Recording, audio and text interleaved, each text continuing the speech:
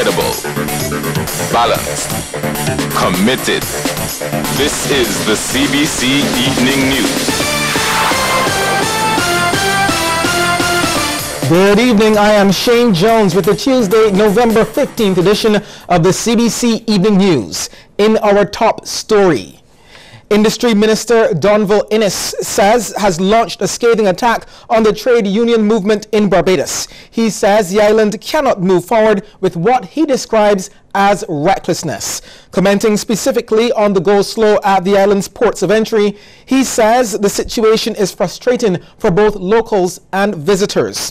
Mr. Innes claims the situation involving the president of the National Union of Public Workers, Akani McDowell, is no longer an administrative one, but one of politics. He says he sought unsuccessfully to intervene the dispute. So, Mr. Speaker, as I called the president of UPW on the weekend, I said to him, I want an opportunity to speak to your members at your office, at the UPW headquarters. Because this is now a political matter. This is about administration. This is pure politics, and I'm a politician. He said he can't allow that. I said I'm going to ask permission for the police to hold a public meeting outside the NPW headquarters, if that is what it takes. Because the truth of the matter, Mr. Speaker, I know I can tell my share now, but the truth of the matter is that I am not going to sit here as we celebrate the 50th year of independence and have Barbados brought to a screeching halt by a bunch of irresponsible trade union leaders who are purely about practicing their partisan politics. Minister Innes was speaking during the resumption of debate on the passing of a resolution for Parliament to congratulate Barbados on the attainment of its 50th anniversary of independence. Mr. Innes says the level of productivity by these senior union officials must also be questioned. These said officers, or public officers, you know, and when you look at the fact that when they hold these offices, they do not go to work too often, they do not produce. Our forefathers must be very embarrassed at what happens these days around here. Meanwhile, the Personnel Administration Division has responded to the National Union of Public Workers in the Akani McDowell affair. General Secretary of the NUPW, Roslyn Smith, says correspondence from the PAD was received this afternoon following a meeting of the Public Service Commission yesterday. She says the union will be responding to the PAD by tomorrow. And we maintain that Mr. McDowell should be reinstated as a planning officer 1. The response by the chief personnel officer do not have merit, since the NUPW based its case on the laws, rules and regulations governing the public service, such as the Public Service Act 2007, the Service Commission's Public Service Regulations 1978, and the 201 Qualifications Order. Ms. Smith says the NUPW will continue its industrial action and go slow at the ports of entry as it ponders its next move. Back to the House, and we're hearing that government will be refurbishing the entire South Coast sewage treatment plant. This is to rectify problems being experienced on that critical side of the island. Health Minister John Boyce says the Ministries of Health, Tourism and Water Resource Management have formalized the program to provide a short-term solution.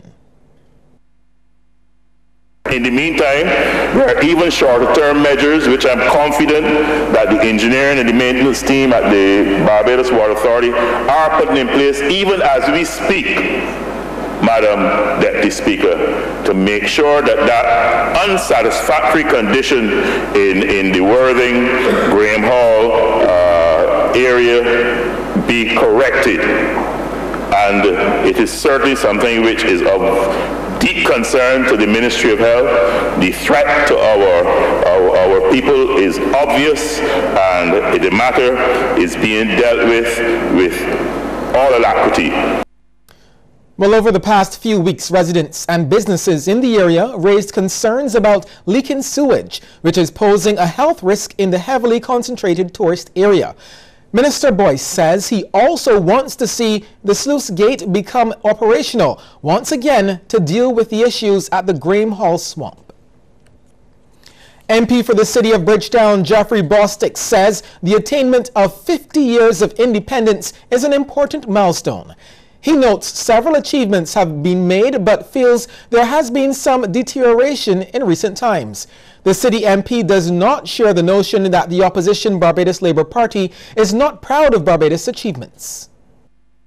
Things have happened on both sides, and that is true. I've been proud of a government of Barbados that refused a shipwright agreement with the United States and had to renegotiate one that suited Barbados. I was proud of a Barbados government that said no to Article 98 with the United States, and when the United States said to the government of Barbados that we will withdraw support for your security forces, I was extremely proud when the Prime Minister of this country could say to the United States that the safety and security of Barbados is for the government and the people of Barbados. Meantime, MP for St. George South Dwight Sutherland thinks Barbados' 50th anniversary celebrations have so far been too partisan. The Trident went to the only Anglican church in St. George South, Madam Deputy Speaker. I was not invited. Madam Deputy Speaker, whereas I can't speak for the others, I can speak for myself. And I ask this question, Madam Deputy Speaker, if it's not partisan, and if we truly recognize the work of Sir Grantley Adams, why couldn't the Trident go to 111 Robert Street? Why couldn't it go opposite Hill Supermarket? Why couldn't we spend some time with the broken Trident, celebrating the work and the foundation that Sir Grantley Adams would have laid in this country for independence? Opposition leader Mia Motley feels the Barbados Labour Party has been excluded from the planning of the island's 50th anniversary celebrations. She says government would have benefited from a number of good ideas. For example, she says people from the various parishes but now living in the diaspora could have been invited home for a special celebration. December, the people of St. Lucie who live in the diaspora should be invited to come to Barbados, and there would be a special St. Lucie celebration. In January, the people of St. Peter would have been invited for the return and the coming of the generations for the people of St. Peter. In February, it would have been the people of St. Andrew. In March, it would have been the people of St. Joseph. In April, it would have been the people of St. James. And you literally come right down until October, it would have been the people of St. Michael. And then November, it would be the people of all 11 parishes. The gathering of the generations. Transport Minister Michael Lashley, in his contribution, suggested there's been an evolution of public transport since independence. He says it has moved from a family-run business with government just setting the fares. According to Mr. Lashley, the state is now faced with similar issues akin to those of the 1970s. He believes as the country approaches 50 years, a vision must be set for public transport and it has to be modernized and infrastructure upgraded. So that public transport continues to serve as one of the key platforms, sir, for socio-economic growth of this country. And we have to embark on projects. We have to look at a vision of technology, sir. We have to look at how are we going to protect small working class families too that want to come back into public transport. We didn't protect them, sir, before 1955. But now that we have small people, in fact, there has been an increase of small black working class people in this country to be involved in public transport. The Combermere School has once again been forced to close as a result of environmental concerns. Students and teachers at the Waterford Institution were advised to leave the compound at 12:30 this afternoon after more than 7 teachers called in sick. Teachers have complained about symptoms including headache, sore throat, burning skin and eyes, and they have returned when they teach in certain areas of the school. During a Barbados Secondary Teachers Union meeting at the school this morning, chaired by President Mary Redman, a female teacher complained for chest pains and had to return home. It was then decided that there weren't an adequate number of teachers for classes to continue. The Ministry of Education says the school will remain closed until further notice to allow officials to investigate the concerns.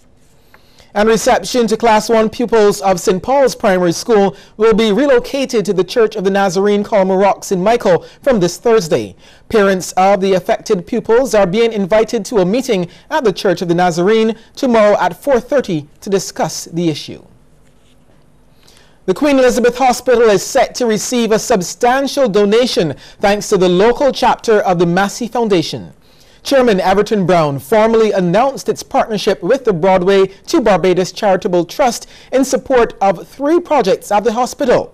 Mr. Brown says the foundation has made a total commitment of $116,900 and presented a check for that amount to Chairman of the Trust, Robert Bork.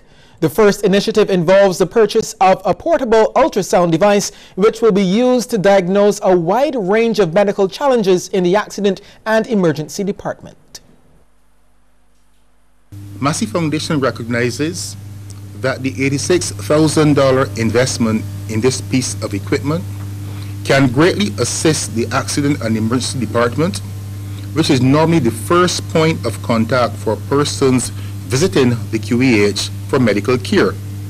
Therefore, if we can help to reduce the pressure placed on the healthcare professionals who work in this high demand environment, this could lead to further improvements in patient care. The new equipment is already in transit and 2 specialists from Israel are expected in early December to train the hospital's physicians in its use. The foundation will also sponsor a group of accident and emergency nurses who will participate in online training as part of their continuous education. Therefore, through the Emergency Nurses Association in the USA, Massey Foundation is sponsoring membership for 1 year for approximately 40 accident and emergency nurses to access training at a cost of $10,900. The third project involves them donating $20,000 to purchase medical supplies for critical departments of the hospital. Okay, we'll take a short break here and come back with more news.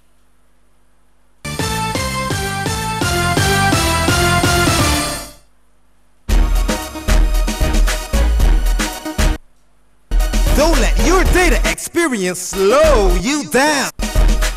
Step up to Digicel, Barbados' fastest 4G network, more than twice as fast as the slow network. Get more with Digicel.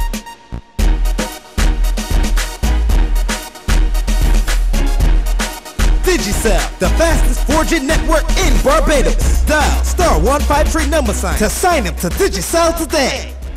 More great cities just got closer. The Scotiabank Aero Platinum MasterCard is now even better. Fly to New York, Miami, Orlando, and Fort Lauderdale with just 20,000 Scotia points. With your new Scotiabank Aero Platinum MasterCard, you'll receive a welcome bonus of 10,000 Scotia points so you can enjoy the cities you love most sooner than ever. Apply today. Call 426-7000 or visit your nearest branch.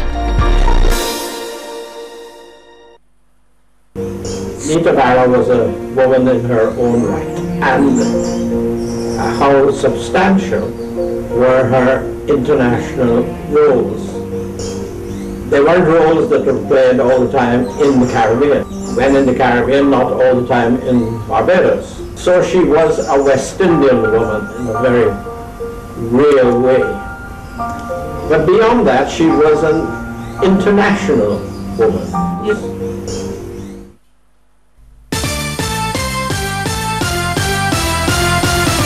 The 17-year-old boy who drowned on Sunday remains in the hearts of those in the Cherry Grove community. Neighbors paid tribute to Simeon Morris this week as the family struggles to cope with the loss. The chill of mourning was evident when CBC visited Cherry Grove late Monday afternoon. Black strips of cloth on houses and vehicles told the extent of the neighbors' distress. Some of Simeon Morris's friends were too distraught to speak, and many others were still in shock. That was very hurtful. Pleasant young man. They call speechless. stick me in find a drop of blood. Couldn't believe it. If I keep these away, nice fella. I always see anybody together with a hockey stick. That was the thing. On Sunday, Simeon and his younger brother Stephen went with a friend to a family picnic at Silver Sands Beach. The fun event soon turned tragic as Simeon, who was knocked over by a wave, later drowned.